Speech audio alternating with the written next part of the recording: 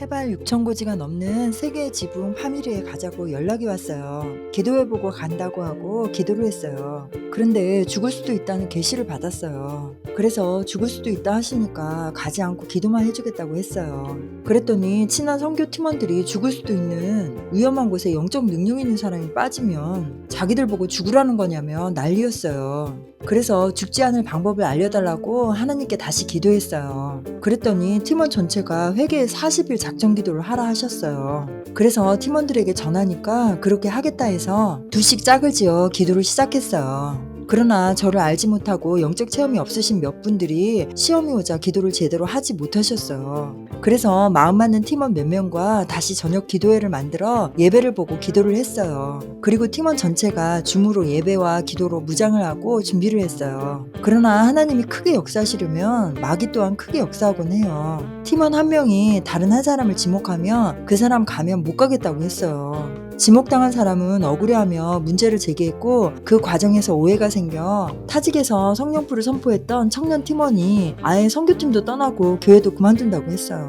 가기도 전에 팀이 해체될 지경이었어요. 전체 팀장과 다른 팀원들이 설득했지만 출발 이틀 전까지 굽히지 않았어요. 죽을 수도 있다 해서 가지 않으려 할 때 제가 안 가면 자신도 안 간다고 강력하게 말하던 청년이었어요. 저도 전화를 했지만 받지 않았어요. 그래서 이렇게 하는 것이 하나님 앞에 바른 건지 생각해보라고 문자를 보냈어요. 그러자 연락이 왔어요. 목소리는 쉬어있고 지친 것 같았어요.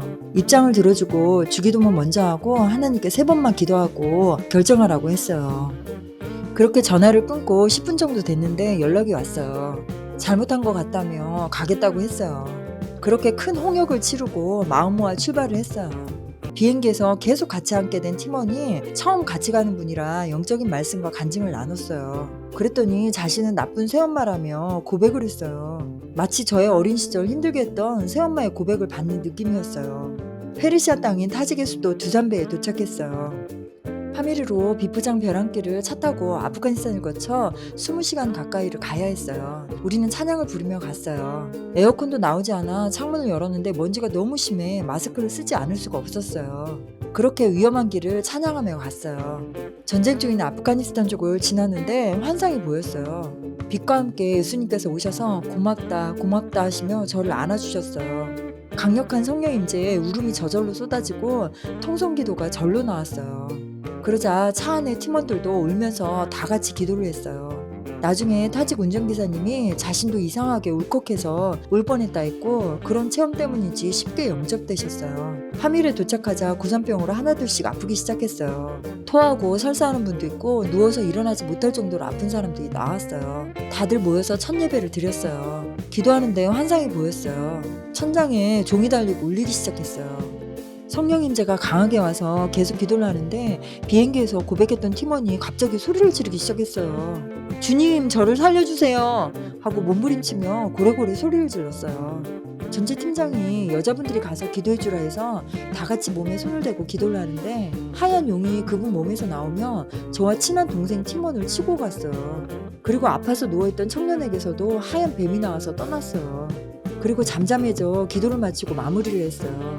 예배가 끝나고 씻으려고 욕실에 갔더니 선교 나오기 전에 팀원 중에 한 사람 때문에 못 오겠다던 팀원이 빨래를 하고 있었어요. 빨래는 밖에서 해야 되는데 보이지 않는다며 욕실에서 한 거였어요. 바닥에 물이 흥건해졌어요. 그분이 나오고 제가 씻으러 들어갔어요. 그런데 선교 오기 전에 좀 전에 그분에게 지목받았던 팀원이 문을 계속 두드리며 텀블러 확인해달라고 했어요. 씻고 급히 옷을 입는 과정에 시커먼 무언가가 저를 미는 듯한 느낌을 받았어요. 그리고 그대로 미끄러졌어요. 하나님께서 죽을 수도 있다고 했는데 이렇게 죽는구나 싶었어요. 그런데 하얀 무언가가 저를 받아주는 것 같은 느낌이 들었어요. 그러면서 귀 쪽으로 넘어졌어요. 귀가 찢어져 피가 계속 쏟아졌어요. 정신을 차리고 옷을 제대로 입고 문을 열자 그분이 놀라며 소리를 질렀어요. 너무 많이 찢어져 선교사님과 병원에 갔어요. 양호실 같은 병원에서 수술을 집행하는데 마취를 했는데도 꼬매는 소리가 다 들렸어요. 그렇게 수술을 하고 매일 소독하라며 먹을 약과 소독약을 주었어요. 선교에 지장을 주지 않으려 아프지 않은 척했어요. 조별로 나가서 현지인에게 말씀을 전했는데 초대해준 집에 방문했어요. 마침 음악가로 활동하는 청년이 있었어요. TV에 출연한 영상을 보여주더라고요. 음식도 대접받고 복음도 전하고 같이 노래하고 춤추며 즐거운 시간을 보냈어요. 이 가정이 하나님이 함께 하시는 파밀의 축복의 통로로 쓰시길 기원했어요. 지방사역은 새로운 조가 짜여져 갔어요. 하나는 친한 동생이었고 하나는 처음 만난 분이었어요. 처음 만난 그분에게 영적 케어가 필요했어요. 그분은 영적인 말씀과 간증을 전하자 자신의 어릴 적 깊은 상처를 고백했어요. 그러자 그 속에서 두더지 같은 것이 나갔어요. 그래서 말을 해주자 놀라며 어린 시절 꿈에 두더지가 자신에게 오는 꿈을 꿨는데 아직도 생생하다 했어요. 깊은 마음의 상처로 인해 들어온 것이었어요. 그런데 친한 동생 티몬이 고산병이 심해서인지 계속 짜증을 내고 먼저 가버리곤 했어요. 현지인에게 초대된 집에서 복음을 전하고 영접을 시키자 주인의 가족들과 친족들이 계속 찾아왔어요. 그래서 계속 복음을 전했고 주인이 그곳에서 자고 하라고 하고 선물도 줬어요. 그런데 그 동생이 여기서만 복음을 전할 거냐며 화를 내며 배낭을 메고 나가는 거였어요. 저녁이 다 돼가는데 시골 마을에서 잘 곳을 정하지 못하면 위험한데 재워준다는 집을 나와야 했어요. 빠른 걸음으로 먼저 가버렸지만 다른 팀원이 몸이 약하고 걸음이 느려서 따라갈 수가 없었어요. 큰 소리로 불렀지만 듣지 않고 계속 전진했어요. 캄캄해지고 인적이 드물고 산이 보여 위험하다는 생각이 들었어요. 집들이 안 보이고 산이 보이자 다시 돌이켜 우리에게 왔어요. 도대체 왜 그러냐고 물으니까 화를 내며 둘이 알아서 하라며 사역비를 던지며 다시 가는 거였어요. 그래서 붙잡고 이러면 하나님이 역사하지 않고 마귀가 역사한다며 같이 기도하고 회개하자 했어요. 손잡고 돌아가며 회개 기도를 했어요. 이런 상황이 오매 잘못이 있다면 용서해달라고 기도했어요. 다른 팀원은 본인이 조장임에도 할 말조차 하지 못하고 기도하며 잘못했다며 서러움 때문인지 큰 소리로 울었어요. 동생이 마지막에 기도하는데 제가 잘못한 것이 있으면 벌받겠다며 저는 잘못한 것이 없다며 기도를 했어요. 놀라서 눈이 번쩍 떠졌어요. 다른 팀원도 놀라서 저를 쳐다봤어요. 중간에서 난감했지만 하나님께 모든 것을 맡긴다며 마무리를 했어요. 담장 넘어 우리를 지켜보던 아이들이 저에게 커다란 오이를 선물로 줬어요. 그 집에 초대되어 여주인에게 복음을 전했어요. 그리고 아픈 곳을 마사지해주고 안수기도를 했어요. 그러자 남편도 데려와서 복음을 전하자 머리가 아프다 해서 기도해 주었어요. 그런데 아저씨들이 줄줄이 비엔나로 계속 오셔서 아픈 곳을 보여주며 기도해달라 했어요. 진이 빠질 만큼 복음을 전하고 기도하고 몇 분은 마사지도 해드렸는데 어른들이 우리를 두고 사라져서 집을 나올 수밖에 없었어요. 너무 캄캄해져서 다시 우리를 재워주려 했던 집에 갔어요. 그러나 주인은 없고 아이들만 있었어요. 큰아이가 삼촌이 운영하는 호스텔에 데려다 주겠다 해서 그 애를 따라가서 간신히 잠을 잘 수 있었어요. 삼촌이 주인도 복음을 들었었기 때문에 우리를 알아보고 자신들이 잘 방을 우리에게 내주고 자신들은 아이들이 있는 집으로 갔어요. 그렇게 홍역을 치르는 바람에 제 귀는 소독을 할 수 없었어요. 다음날 정류장에서 외국인 의사분을 우연히 만나게 되어 소독을 할 수 있었어요. 그리고도 수많은 일들과 영적 전쟁이 심했어요. 그럼에도 기도하고 전진하면 하나님은 준비된 영혼을 붙여주셔서 복음을 전하고 영접시켰어요. 하나님께서는 저를 기도자로 또 나팔수로 또 영적 전쟁의 용사로 다양하게 쓰셨어요.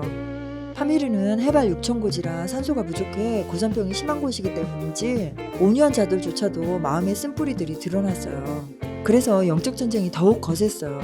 다행히 저는 고산병이 없었어요. 2주가 넘는 시간 동안 외국인 의사분이 소독해준 거 빼고 팀원들에게 소독받은 것은 2번밖에 없었어요. 다들 고산병으로 자신들 앞가림도 힘든 상황이었으니까요. 제일 힘들었던 것은 친했던 사람들의 쓴뿌리들이 나오면서 저를 공격할 때였어요.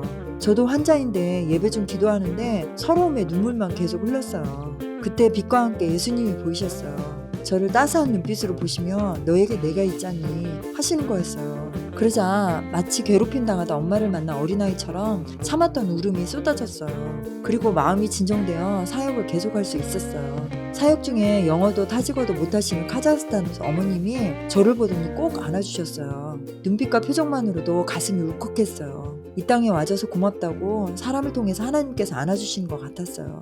한국말을 할 줄 아는 아이를 만나 집에 방문했을 때 뇌성마비 장애인이 있었어요. 다가가서 듣든지 못 듣든지 말씀을 전했어요. 영은 들을 테니까요. 아이들은 다른 팀원들이 놀아주었고 저를 초대한 친구와 뇌성마비 장애인은 복음을 끝까지 들었고 영전문도 읽어주고 아멘도 따라하게 했어요. 한국말 하는 친구는 영전문도 다 따라했어요. 나중에 알고 보니 선교사님들이 하는 한글 수업을 들어본 친구였어요. 복음을 전했다 하니 선교사님도 기뻐하셨어요. 팀원 중 친한 친구 팀원은 파미로 오기 전 하혈이 심했어요. 그래서 기도를 했는데 자궁에 하얀 집게 같은 것이 보였어요. 그러나 아무리 기도해도 제거되지 않았어요. 병원에서 혹이 있다 해서 수술을 해야 했어요. 그런데 하나님께서 그 친구가 파미리에 가야 한다고 했어요. 친구는 하혈이 심함에도 불구하고 순종하며 그곳에 온 것이었어요. 그런데 친구도 쓴뿌리가 나오면서 하얀 지게벌레가 나왔어요. 그리고 한국에 왔을 때 하혈이 멎었고 혹도 사라져 수술하지 않고 치유된 기적을 체험했어요. 사람마다 상처나 아픔, 고통, 불안, 분노 등 회개되지 않은 쓴뿌리가 없는 사람이 없었어요. 고산병으로 인해 인격으로 눌러왔던 마음의 쓴뿌리들이 드러난 거였어요. 그러면서 그곳에 기생하는 것들도 나와 기도를 통한 영적 전쟁으로 제거할 수 있었어요. 전쟁이 다 끝나고 파미르의 죽음의 호수라는 카라콜 호수에 갔어요. 그곳은 페르시아 3국이 연결된 커다란 호수였어요. 그러나 그곳은 사람을 허락하지 않는 죽음의 호수였어요. 기온은 차고 칼바람에 말라리아 모기들이 어마하게 서식하기 때문에 두꺼운 잠바와 커다란 양파망을 써야 갈 수 있는 곳이었어요. 그러나 우리가 그곳에 갔을 때 바람도 없고 햇살도 따스했고 모기조차 보이지 않았어요. 죽음의 호수가 영적 전쟁을 마치고 승리한 우리를 맞이해주는 것 같았어요. 그곳에서 우리는 손을 들고 기도하며 페르시아 땅에 하나님의 나라가 임하길 기도했어요. 그러자 환상이 보이는데 하얀 애가 호수에 들어가자 검은 애가 나와 사라지고 하얀 십자가가 중앙에 박혔어요. 울컥해서 눈물이 나오려 했어요. 죽을 고비를 넘기면서 끝까지 감당했더니 죽음의 호수가 생명의 호수가 된 것 같았어요. 호수 근처 마을에서도 복음을 전했는데 아이를 데리고 혼자 사는 아저씨였는데 집으로 초대해 주셨어요. 제가 복음을 전하고 영접시키자 눈에 눈물이 가득 고였어요. 마음이 아렸어요. 축복기도 해주고 나오는데 그 눈빛을 잊을 수가 없었어요. 하나님의 잃어버린 양 같아서 가슴이 뭉클했어요. 그렇게 많은 우여곡절이 있었지만 승리하고 사역을 마무리할 수 있었어요.